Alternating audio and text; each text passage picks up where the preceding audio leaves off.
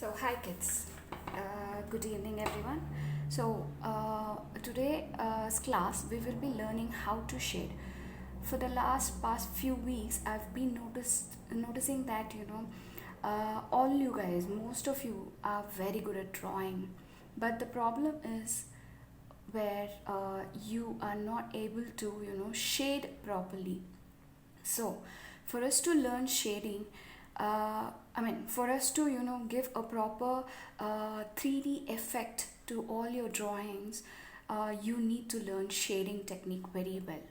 So, I have thought of taking you through the basics of shading technique.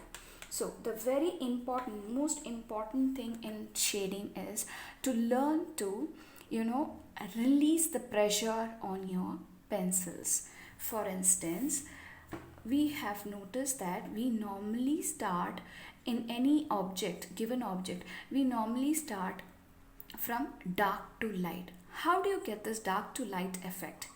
That is by releasing the pressure on your pencils. For instance, now this is I'm using a B lead pencil, soft lead pencil. So here I'm using the pencil actually a little hard on the paper, pressing it hard onto the paper, and as I go down I release the pressure from the pencil to create a lighter effect. Okay, this didn't come out as expected. Now let me show you. So the more faster you do, the better you will be able to understand. This is also called as tornado shading, coined by us in NFA. So the faster you release your pressure onto the paper, you will be able to get the lighter shade. So I would want all of you to practice this technique as much as possible, in fact every day. So you can very well notice that here the pressure was almost constant all through from the starting to the end. In this was the B lead what I used, this is the 2B lead what I used, and this is the 6B lead what I'm using now. Now here in this technique, if you notice very well, the pressure release has happened here and here. So the more constant release of your hand, of your pressure onto the pencil, will create a dark to light effect. So if you practice this more and more, you will be able to handle any kind of shading technique which will help you in creating a 3D effect in your drawing.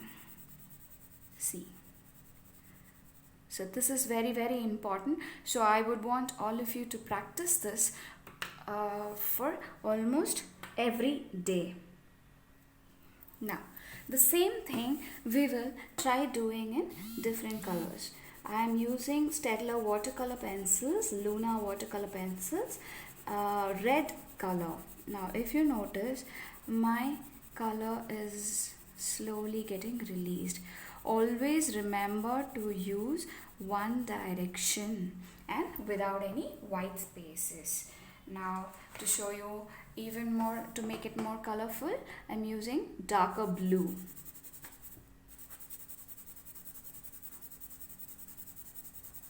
As I release the pressure on the pencil,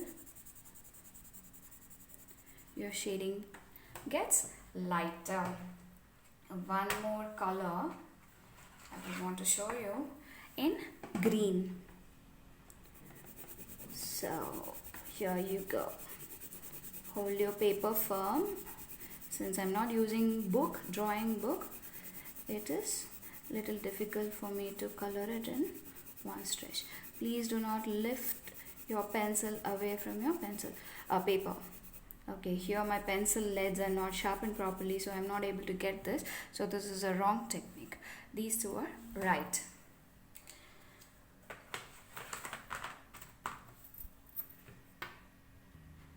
Now we will also see when you mix two colors, how to shade as you mix two colors. Now the same technique I'm gonna, as I always say, please treat your paper as babies. Do not press them hard. Now I want to blend in two different colors. So what do? I've used the dark technique. Now it's the other way around. Now I'm going to take light to darker. Do you see the difference? Are you able to see the difference? So this is what I want you to practice. You can go over layer after layer to get to create the effect you want. I'll use a little red over it.